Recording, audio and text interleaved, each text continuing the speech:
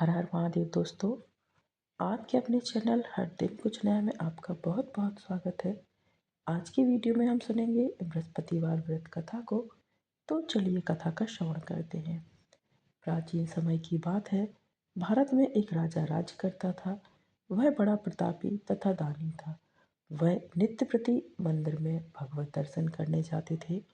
वह ब्राह्मण और गुरु की सेवा किया करते थे। उनके द्वार से कोई भी याचक निराश होकर नहीं लौटता था। वह प्रत्येक गुरुवार को व्रत रखते एवं पूजन करते थे। हर दिन गरीबों की सहायता करते थे। परंतु यह सब बातें उनकी रानी को अच्छी नहीं लगती थी।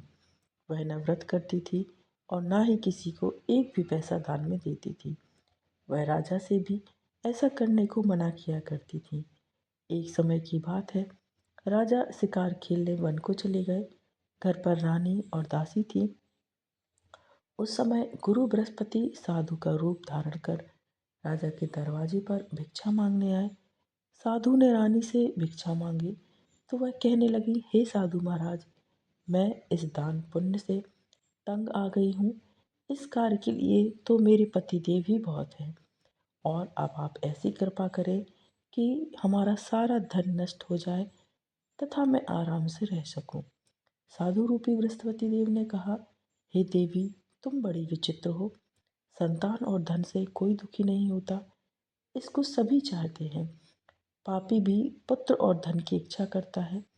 अगर तुम्हारे पास धन अधिक है तो भूखे मनुष्यों को भोजन करवाओ, प्याऊ लगवाओ, ब्राह्मणों को दान दो, धर्मशालाएं बनवाओ, कुआं, तालाब, बावड़ी, बाग बगीचे आदि का निर्माण कराओ तथा निर्धनों की कुंवारी कन्याओं का विवाह करवाओ। साथ ही यज्ञ आदि करो। इस प्रकार के कर्मों से आपके कुल का और आपका नाम परलोक में भी सार्थक होगा एवं तुम्हें भी स्वर्ग की प्राप्ति होगी। परंतु रानी साधु की इन बातों से खुश नहीं हुई। उन्होंने कहा, हे साधु महाराज, मुझे ऐसे धन की आवश्यकता नहीं है जिसको मैं अन्य लोगों को दान देती फिरूं तथा जिसको रखने और संभालने में ही मेरा सारा समय नष्ट हो जाए। साधु ने कहा, हे देवी, यदि तुम्हारी ऐसी इच्छा है तो जैसा मैं तुम्हें बताता हूँ तुम वैसा ही करना। बृहस्पतिवार के दिन घर आंगन को गोबर से लीपना, अपने केसों को पीली मिट्टी से धोना, केसों को धोते समय स्नान करना, राजा से कहना वह हजामत करवाए, भोजन में मांस मदिरा खाना, कपड़े धोबी के यहाँ धुलने देना। इस प्रकार 7 बृहस्पतिवार करने से तुम्हारा सारा धन नष्ट हो जाएगा। यह कहकर साधु महाराज रूपी बृहस्पति देव अंतर ध्यान हो गए। रानी ने साधु के कहे अनुसार 7 बृहस्पतिवार तक वैसा ही करने का विचार किया। साधु के बताए अनुसार कार्य करते हुए केवल 3 बृहस्पतिवार ही बीते थे कि उसकी समस्त धन संपत्ति नष्ट हो गई। भोजन के लिए दोनों समय परिवार तरसने लगा तथा सांसारिक भोगों से दुखी रहने लगा। तब राजा रानी से कहने लगा कि हे रानी, तुम यहाँ पर रहो, मैं दूसरे देश को जाता हूँ, क्योंकि यहाँ पर मुझे सभी मनुष्य जानते हैं, इसलिए मैं यहाँ पर कोई काम नहीं कर सकता। मैं परदेश जा रहा हूँ, वहाँ कोई काम धंधा करूँगा, शायद हमारे भाग बदल जाएं। ऐसा कहकर राजा परदेश चला गया और वह वहाँ जंगल से लकड़ी काट कर लाता और शहर में बेचता। इस तरह जीवन व्यतीत करने लगा। इधर राजा के बिना रानी दासियां दुखी रहने लगी। किसी दिन भोजन मिलता और किसी दिन जल पीकर ही रह जाती। एक समय रानी और दासियों को 7 दिन बिना भोजन के व्यतीत करने पड़े। तो रानी ने अपनी दासी से कहा, हे दासी, यहाँ पास के ही नगर में मेरी बहन रहती है, वह बड़ी धनवान है, तो उसके पास जा और वहाँ से 5 सेर बेजर मांग कर ले आ, जिससे कुछ समय के लिए हमारा गुजारा हो जाएगा। दासी रानी की बहन के पास गई। रानी की बहन उस समय पूजा कर रही थी। बृहस्पतिवार का दिन था। दासी ने रानी की बहन से कहा, हे रानी बहन, मुझे आपकी बहन ने भेजा है, मुझे 5 सेर बेजर दे दो। दासी ने यह बात अनेक बार कही, परंतु रानी की बहन ने कोई उत्तर नहीं दिया, क्योंकि वह उस समय बृहस्पतिवार की कथा सुन रही थी। जब दासी को रानी की बहन से कोई उत्तर नहीं मिला तो वह बहुत दुखी हुई। उसे क्रोध भी आया। वह लौटकर रानी से बोली, हे रानी, आपकी बहन बहुत ही घमंडी है। वह छोटे लोगों से बात भी नहीं करती। मैंने उससे कहा तो उन्होंने कोई उत्तर नहीं दिया। मैं वापस चली आई। रानी बोली, हे दासी, इसमें उसका कोई दोष नहीं। जब बुरे दिन आते हैं तब कोई सहारा नहीं देता। अच्छे बुरे का पता विपत्ति में ही लगता है। जो ईश्वर की इच्छा होगी वही होगा।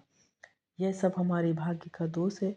उधर रानी की बहन ने सोचा कि मेरी बहन की दासी आई थी, परंतु मैं उससे नहीं बोली।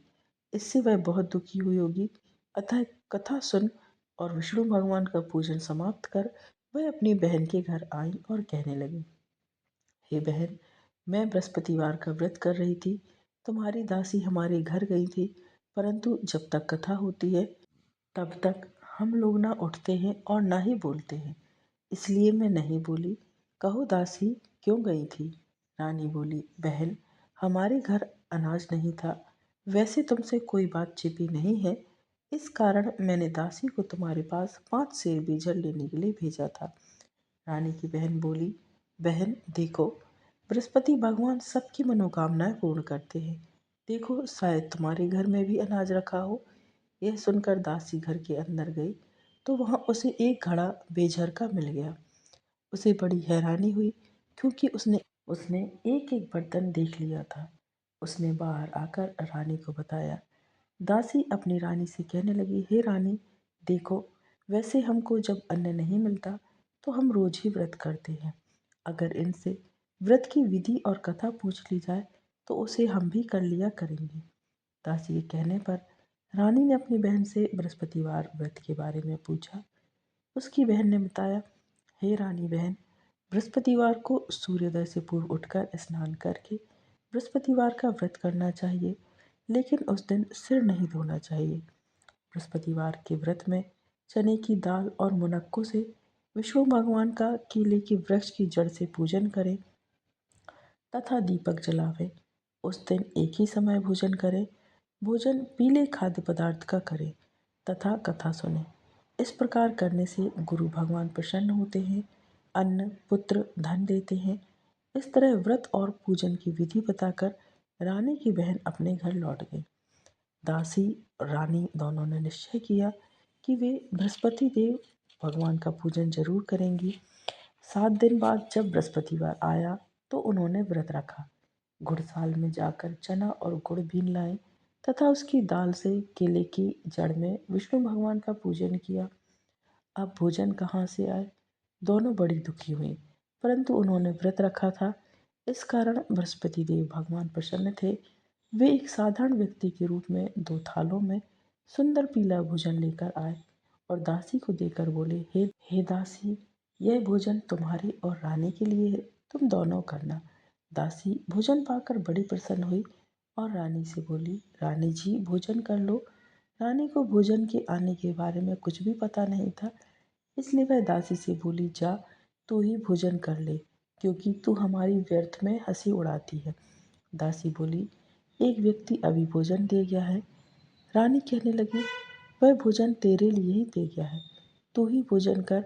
दासी ने कहा, वह व्यक्ति हम दोनों के लिए 2 थालों में भोजन दे गया है, इसलिए मैं और आप दोनों ही साथ साथ भोजन करेंगे। फिर दोनों ने गुरु भगवान को नमस्कार कर भोजन प्रारंभ किया। उसके बाद से वे प्रत्येक बृहस्पतिवार को गुरु भगवान का व्रत और पूजन करने लगे। बृहस्पति भगवान की कृपा से उनके पास धन हो गया, परंतु रानी फिर पहले की तरह आलस करने लगी। तब दासी बोली, देखो रानी, तुम पहले भी इसी प्रकार आलस करती थी। तुम्हें धन के रखने में कष्ट होता था, इस कारण सभी धन नष्ट हो गया। अब गुरु भगवान की कृपा से धन मिला है तो फिर आलस होता है। बड़ी मुसीबतों के बाद हमने यह धन पाया है, इसलिए हमें दान पुण्य करना चाहिए।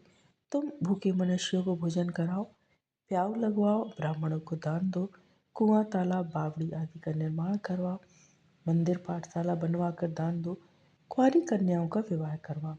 धन को शुभ कार्यों में खर्च करो, जिससे तुम्हारे कुल का यश बढ़े तथा स्वर्ग प्राप्त हो। और पितृ प्रसन्न हों। दासी की बात मानकर रानी ने इसी प्रकार के कर्म करने प्रारंभ कर दिए, जिससे उनका काफ़ी यश फैलने लगा। एक दिन रानी और दासी आपस में विचार करने लगी कि जाने राजा किस दशा में होंगे। उनकी कोई खोज खबर नहीं है।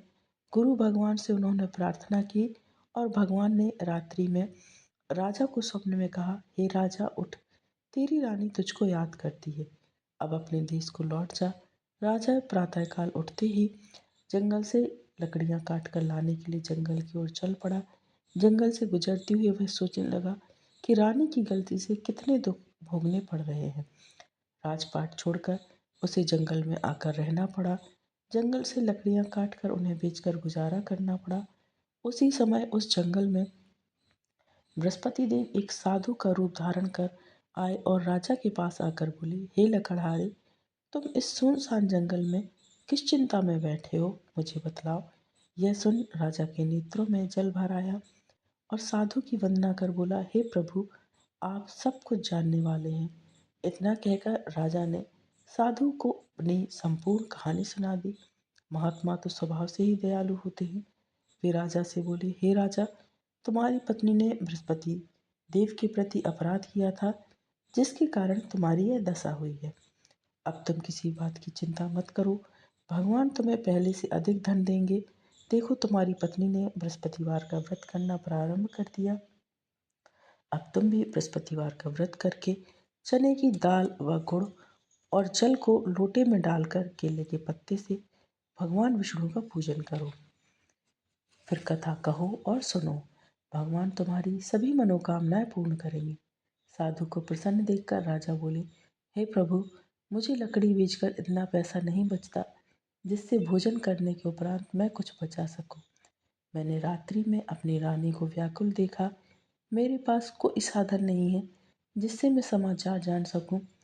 फिर मैं बृहस्पतिवार की कौन सी कहानी कहूँ या सुनूं, मुझे तो कुछ भी मालूम नहीं है।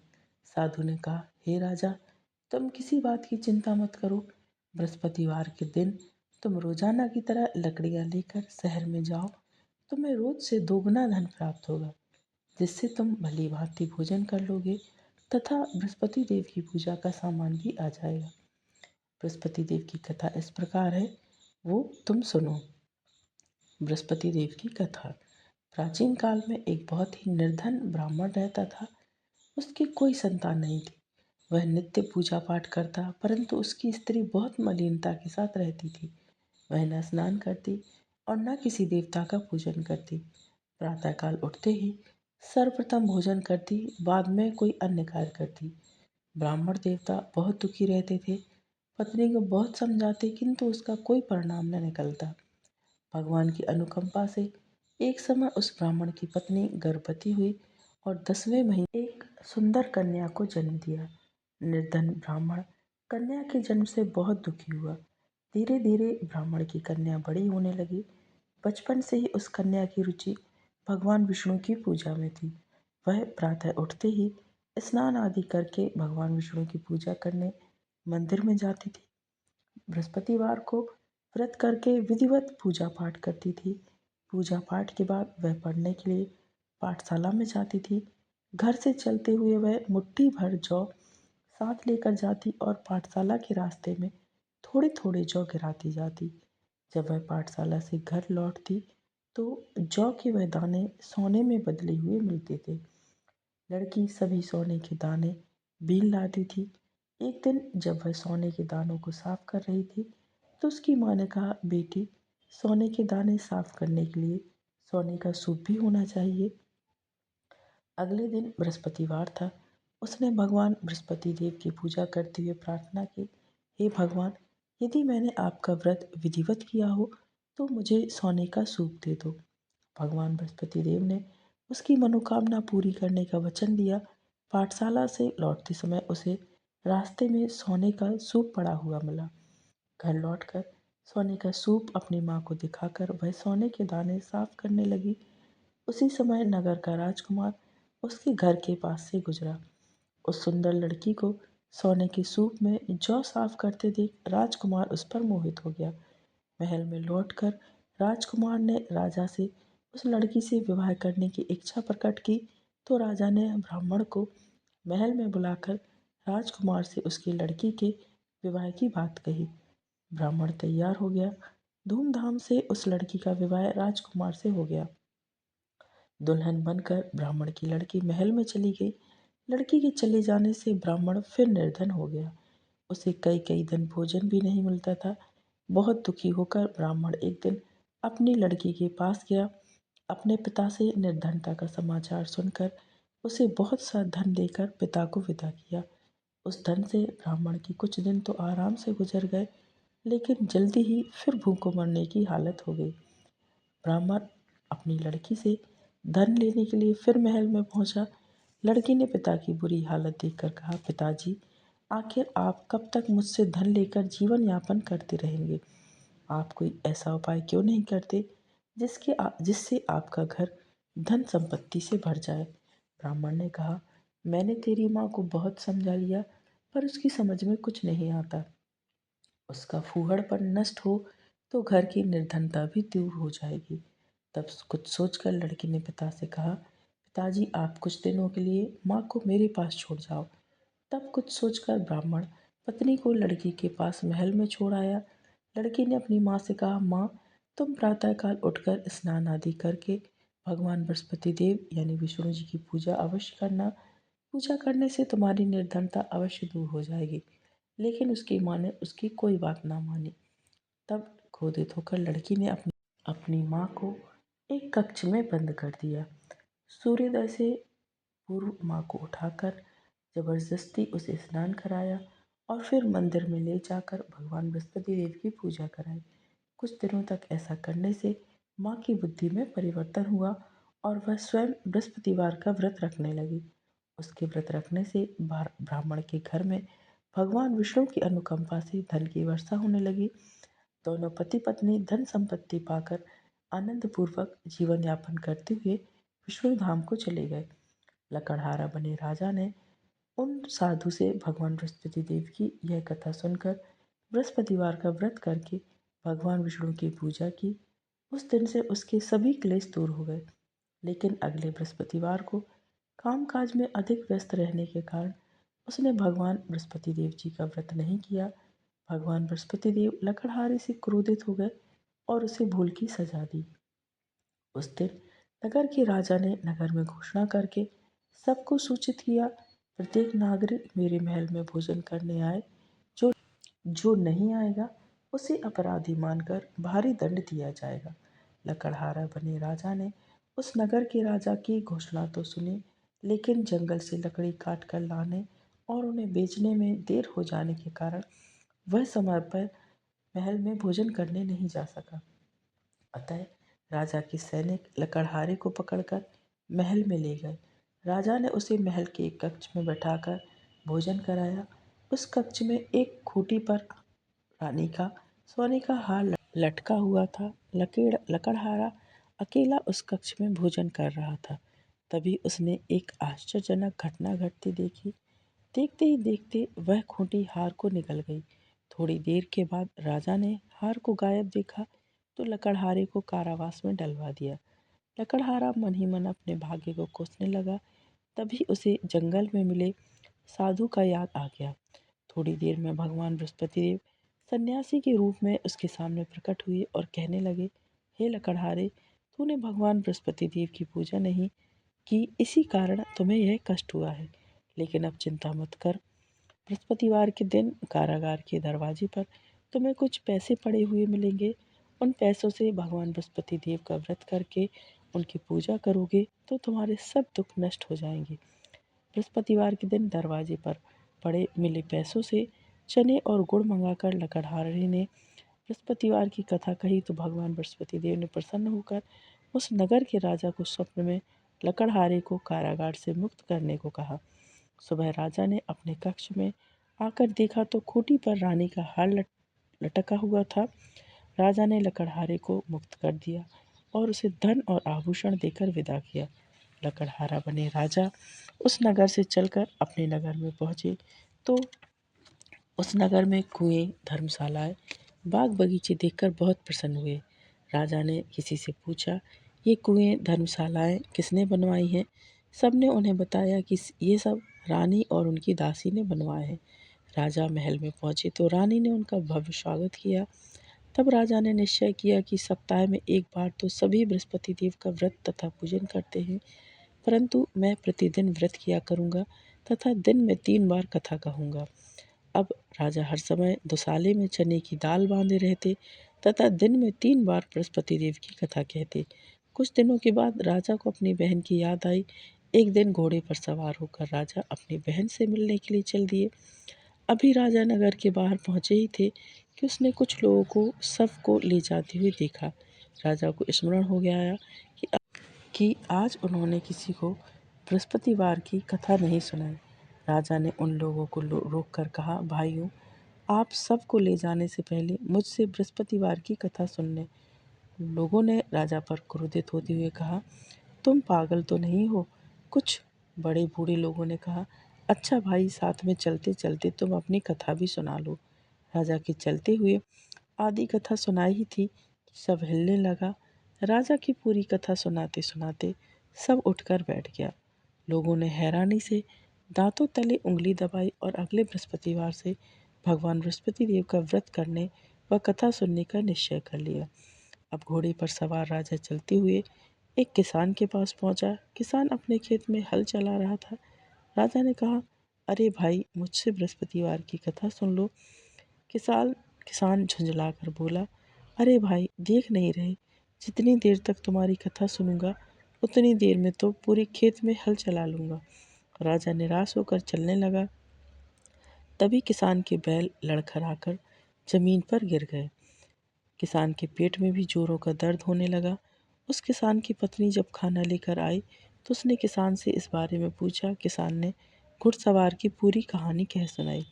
किसान की पत्नी दौड़ती हुई राजा के पास पहुंचकर हाथ जोड़कर बोली, भैया, मैं तुम्हारी कथा सुनने को तैयार हूँ। राजा ने उसके साथ खेत पर पहुंचकर बृहस्पतिवार की व्रत कथा सुनाई। तभी उसके बैल उठकर खड़े हो गए। किसान के पेट का दर्द भी तुरंत ठीक हो गया। और फिर राजा अपनी बहन के घर पहुंचा तो उसकी बहुत आवभगत हुई। अगले दिन सुबह उठकर राजा ने देखा कि घर के सभी लोग भोजन कर रहे हैं। किसी भूखे को बृहस्पतिवार की कथा सुनाए बिना राजा भोजन नहीं करते थे। उन्होंने अपनी बहन से कहा, बहन, क्या घर में कोई ऐसा व्यक्ति है जिसने अभी तक भोजन ना किया हो? उसकी बहन बोली, भैया, हमारे घर में तो क्या आपको पूरे नगर में कोई ऐसा व्यक्ति नहीं मिलेगा जिसने सुबह सुबह भोजन ना किया हो। तब राजा ने बहन के घर से निकलकर उस नगर में बिना भोजन किए व्यक्ति की तलाश की। एक गड़रिये के घर में उसका बेटा बीमार होने के कारण भूखा रह गया था। राजा ने उसको जाकर बृहस्पतिवार की कथा सुनाई। कथा सुनते सुनते ही गड़रिये का बीमार बेटा बिल्कुल ठीक हो गया। सबने राजा की बहुत प्रशंसा की। एक दिन राजा ने अपनी बहन से कहा, बहन, अब हम अपने घर जाना चाहते हैं, तुम भी हमारे साथ चलो।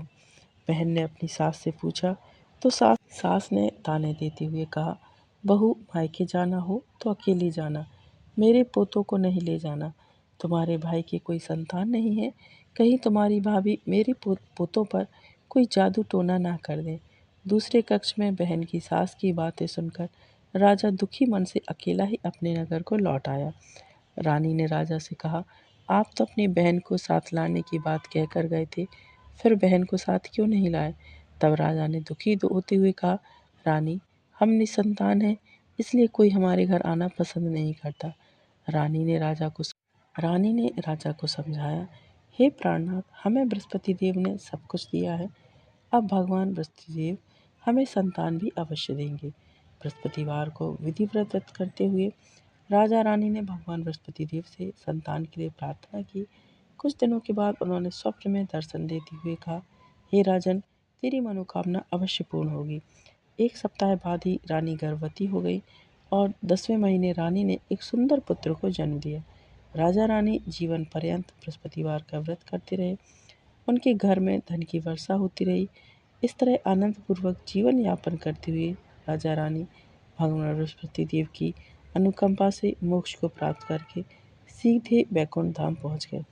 बृहस्पतिवार को विधिवत व्रत करके जो मनुष्य विष्णु भगवान की पूजा करते, भगवान उनकी सभी मनोकामनाएं पूर्ण करते हैं। तो ये बृहस्पति देव की कथा थी। यदि आपको आज की कथा, आज का वीडियो पसंद आया है दोस्तों, तो वीडियो को लाइक कीजिए, शेयर कीजिए अपने दोस्तों के साथ, अपने परिवारजनों के साथ, ताकि उन तक भी ये वीडियो पहुँचे और वो भी बृहस्पति देव की कथा का लाभ ले सकें, कथा का श्रवण कर सकें एवं आगामी व्रतों एवं त्योहारों की जानकारी के लिए चैनल पर बने रहें। और यदि आपने अभी तक चैनल को सब्सक्राइब नहीं किया है तो चैनल को सब्सक्राइब अवश्य करें, साथ ही बेल आइकन को प्रेस करें। मिलते हैं नेक्स्ट वीडियो में दोस्तों। हर हर महादेव, श्रीमन नारायण, जय माँ लक्ष्मी।